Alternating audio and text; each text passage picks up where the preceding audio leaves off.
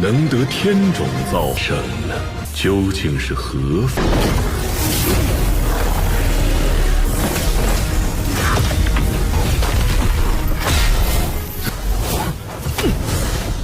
境域中一切都将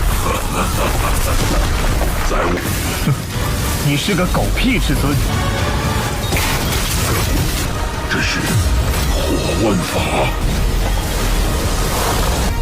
看来你在被封之人中，不过是罪的。醒来！必独行，一同。扰人清梦。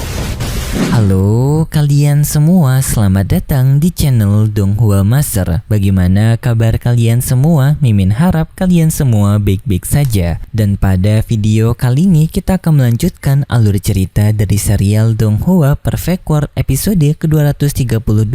Dan sebelum kita masuk ke cerita terbaru, mari kita sedikit mengingat cerita sebelumnya, yang dimana pada cerita sebelumnya Shihao bersama dengan rombongannya telah mencoba untuk melakukan pemburuan dari benih dao, yang singkatnya mereka menemukan adanya pohon setengah dunia, yaitu pohon dunia yang masih belum berevolusi. Dengan mereka mengikuti pohon dunia tersebut membuat mereka bisa menemukan banyak benih dao. Tetapi di tengah pencarian mereka, Shihao diganggu oleh anggota dari Akademi Abadi yang bernama Wutai yang ingin untuk merebut Qingyi. Singkatnya terjadi pertarungan antara Shihao melawan Wutai, yang Shihao bisa mengalahkan Wutai dan mengambil armornya Wutai. Tetapi para anggota Akademi Abadi mereka semua tak terima dengan atas tindakan Shihao dan mereka mencoba untuk melawan Shihao, tetapi mereka tidak ada yang bisa untuk mengalahkan Shihao, malah Shihao bisa mengalahkan mereka semua. Dan setelahnya para anggota dari murid Akademi Abadi mereka melakukan pemburuan harta karun yang berada di lembah kuno, yaitu dekat lokasi dari pohon setengah dunia, dan itu merupakan inti cerita pada cerita sebelumnya. Kalau gitu pun sekarang langsung saja kita masuk ke bagian cerita terbaru. Cerita ini berlanjut dengan berada di lembah kuno, yang di sana semua orang telah berkumpul untuk melihat pintu lokasi yang diduga sebagai tempat dari benih 5 elemen. Yang di sana mereka melihat adanya sebuah pintu besar dan banyak orang mencoba untuk menghancurkan pintu itu agar mereka bisa masuk ke dalam sana. Serangan secara bertubi-tubi dari para anggota murid di sana mengenai pintu tersebut, tetapi pintu itu tidak bisa dihancurkan. Dan setelahnya tiba-tiba saja Duguyu mendekati pintu tersebut dan ia mengeluarkan darah emasnya yang lalu disatukan dengan pintu itu, yang seketika tiba-tiba saja muncul sosok makhluk yang akan keluar dari pintu tersebut dan juga disertai dengan tulisan-tulisan kuno. Dan setelahnya makhluk tersebut mengeluarkan sebuah suara yang menggunakan bahasa kaisar asing, dan Duguyu bisa mengerti perkataan itu dengan Duguyu yang berkomunikasi dengan makhluk itu. Shihao tidak mengetahui bahasa itu. Ia bertanya kepada Modou apakah Modou mengetahuinya, tetapi Modou menjawab bahasa yang digunakan oleh mereka merupakan bahasa kaisar asing yang tidak diketahui oleh Modou. Para anggota Akademi Tianzhen dan juga Akademi Abadi mencoba untuk mencegah Duguyu membangkitkan monster itu, tetapi mereka gagal, yang membuat monster itu bisa memasuki dunia mereka. Dan di sini pun pihak Akademi Tianzhen menduga bahwasanya Duguyu telah berkhianat kepada mereka, dengan mereka yang menduga bahwasanya Duguyu sengaja masuk ke dalam alam pemakaman untuk bisa mengeluarkan makhluk asing ini. Modou juga melihat monster asing ini memiliki aura kekuatan yang berbeda, dan Modou menyarankan kepada semua orang untuk berhati-hati karena ia sadar monster asing ini telah berada di kekuatan alam tertinggi. Dan di sana Duguyu bersama dengan monster merah itu mereka berdua saling berkomunikasi, yang untungnya di sana Qingyi mengetahui perkataan mereka menggunakan pengetahuannya, yang Qingyi menerjemahkannya kepada Shihao dengan memberitahu bahwasanya Duguyu bertanya kepada monster merah itu mengenai lokasi keberadaan dari dunia tempat tinggal dari klan penjaga. Tetapi monster merah itu menjawab tidak adanya jalan untuk bisa menuju ke dunia tersebut. Setelahnya Duguyu marah kepada monster merah itu dengan menuduh monster merah itu telah berbohong kepada dirinya. Dan setelahnya pun terjadi pertarungan antara Duguyu melawan monster merah itu dengan mereka berdua beradu serangan tombak.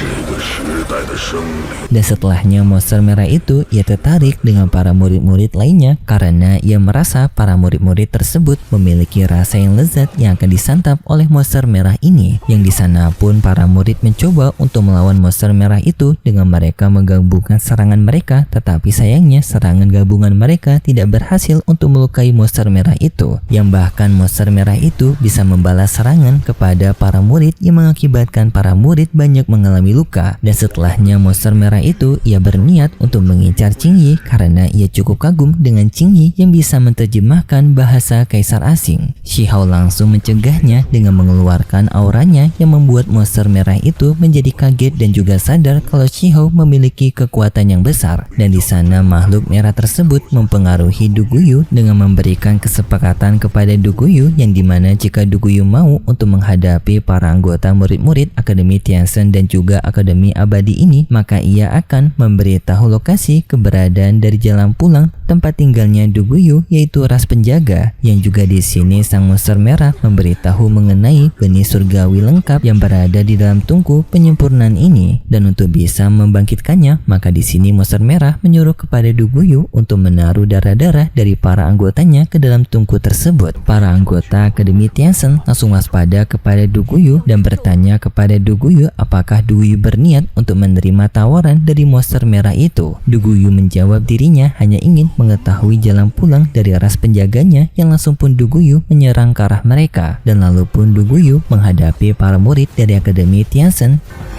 得罪了。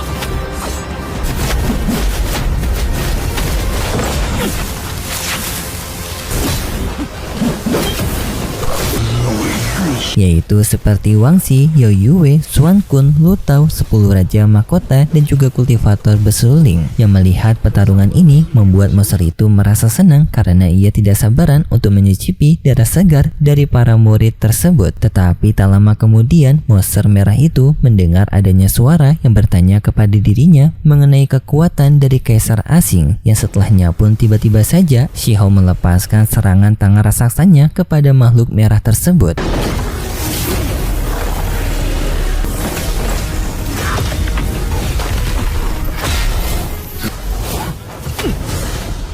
Dan setelahnya Shihao muncul dengan ia mengeluarkan aura kekuatannya, dan Duguyu di sana mencoba untuk menghadapi Shihao tetapi dihentikan oleh para rombongan Akademi Taizue. Dan sedangkan untuk dari makhluk merah itu, ia juga mengaktifkan kekuatan darahnya untuk bisa meningkatkan kekuatannya bersiap untuk menghadapi Shihao. 领域中一切都假，在我。 你是个狗屁至尊！ 这是火万法。 Tetapi Shihao menggunakan segel kekuatannya, yang segel tersebut membuat kekuatan dari makhluk merah itu langsung terblokir, yang membuat makhluk merah itu berada di wujud aslinya yang ternyata memiliki ukuran yang lebih kecil. Makhluk merah itu tak menyangka bahwasanya Shihao akan bisa untuk mematahkan tekniknya, dan makhluk merah itu mencoba untuk melarikan diri. Tetapi Shihao tidak membiarkannya dengan ia menghajar makhluk merah tersebut menggunakan tubuh raksasanya. 看来你在被封之人中，不过是罪的。 dan menghajarnya secara bertubi-tubi, membuat tubuh makhluk merah itu mengalami banyak luka, dan ia mengancam kepada Shihao bahwasanya ia akan memakan Shihao. Shihao tidak takut dengan ancaman tersebut karena Shihao sadar makhluk merah inilah yang akan sebentar lagi tewas. Dan di sana para murid Akademi Tianzhen mereka dibuat kaget dengan kemampuannya Shihao. Dan setelahnya pun Shihao mencoba untuk mengakhiri makhluk merah itu menggunakan kekuatan dari pedang immortalnya, tetapi makhluk merah itu dapat menahan serangan Shihao menggunakan teknik keterampilan pelindungannya.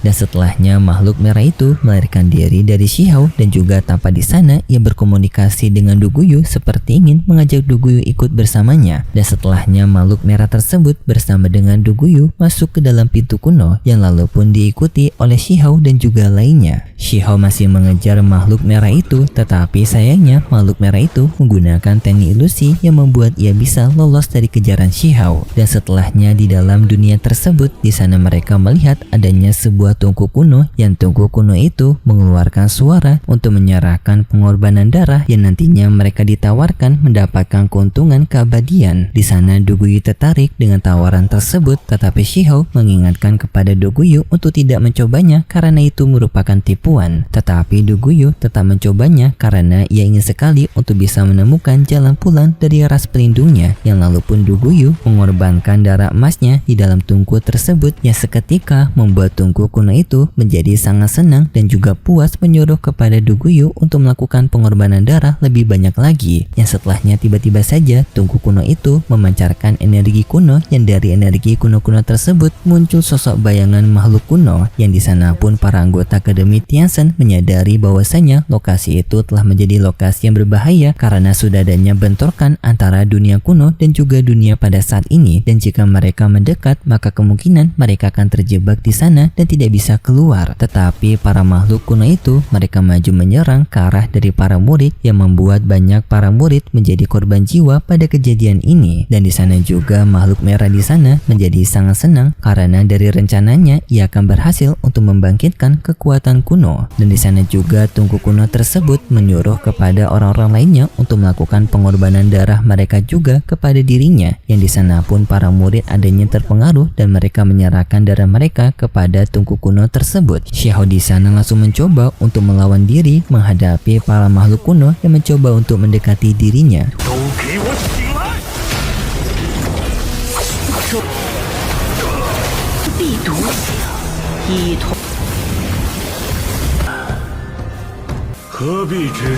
Tetapi di saat itu tiba-tiba saja adanya jejak kekuatan misterius yang muncul menghentikan tungku kuno dan juga makhluk merah. Dengan jejak kekuatan itu dapat menghancurkan para makhluk kuno termasuk dengan makhluk merah tersebut.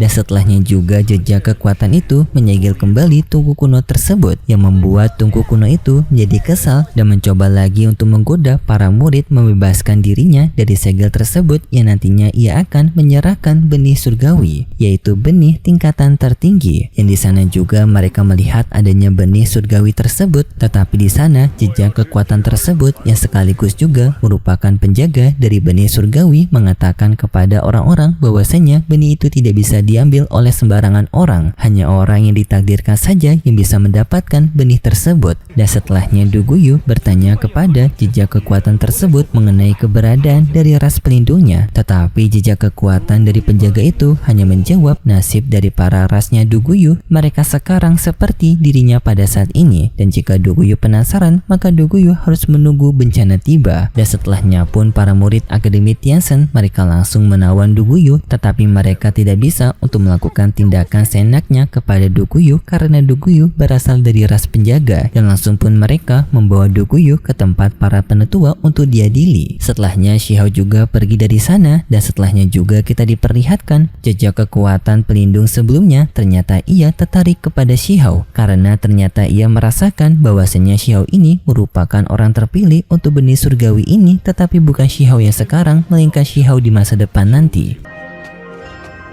能得天种造神，究竟是何方？ Singkat cerita, Shihao bersama dengan para murid lainnya mereka telah kembali ke tempat dari kapal Akademi Tianzhen mereka. Dengan pada saat ini banyak orang yang merasa kecewa karena mereka tidak bisa untuk mendapatkan benih surgawi yang sebelumnya berada di hadapan mereka. Mereka menganggap hal ini merupakan kerugian yang sangat besar. Tetapi Shihao memberikan motivasi kepada para anggota murid di sana dengan menyarankan untuk tidak bergantung dengan kekuatan eksternal, yaitu seperti benih surgawi sebelumnya. akademinya, serta penetua Akademi Tianzhen memberitahu bahwasannya adanya cara lain untuk meningkatkan kekuatan dengan pondasi tubuh yang mereka nantinya disarankan untuk bertemu dengan penetua yang berpengalaman di Akademi Tianzhen. Tetapi setelahnya cerita bersambung dan berikut cerita selanjutnya di minggu depan besok. Pada cerita selanjutnya diperlihatkan dengan para anggota Akademi Tianzhen yang telah kembali ke tempat akademi mereka, tetapi tanpa Shihao yang begitu kecewa karena ia merasa benih dao yang ia dapatkan tidak ada yang memiliki kecocokan yang tinggi dengan kekuatannya Shihao, membuat Shihao berniat untuk menyatukan semua benih itu, tetapi hal itu akan memiliki resiko yang sangat besar dan tidak disarankan. Dan setelahnya diperlihatkan murid dari Akademi Abadi dan juga Akademi Suci yang datang ke Akademi Tianzhen yang di sini untuk melakukan pertukaran pelajar, alias ingin mencari murid-murid Akademi Tianzhen yang berbakat untuk masuk ke dalam akademi mereka. Tetapi Akademi Abadi mereka memiliki dendam yang besar kepada Shihao karena sebelumnya Shihao yang telah mempermalukan Akademi Abadi mereka, yang membuat Shihao pun akan melakukan pertarungan melawan para murid dari Akademi Abadi yang nantinya Shihao akan memenangkan pertarungan tersebut. Tetapi setelahnya juga diperlihatkan Little Sky King, yaitu pemilik armor yang Shihao ambil dari Wutai pada episode sebelumnya. Yang kedatangan dari Little Sky King ingin mengambil kembali armor itu dari Shihao, tetapi Shihao menolaknya dan nantinya akan adanya perdebatan di antara mereka berdua. Dan itu cerita yang akan kita lihat nanti untuk episode selanjutnya di minggu depan besok. Dan seperti biasa, Mimin mengingatkan kalau cerita ini merupakan dongeng fiksi yang hanya bertujuan sebagai penghibur saja yang berasal dari karangan novel. Dan terima kasih buat kalian semua yang sudah menonton video ini sampai akhir. Jika kalian suka dengan video kali ini, bisa beri like serta subscribe dan sampai jumpa di video selanjutnya. See ya! 能得天种造神，究竟是何方？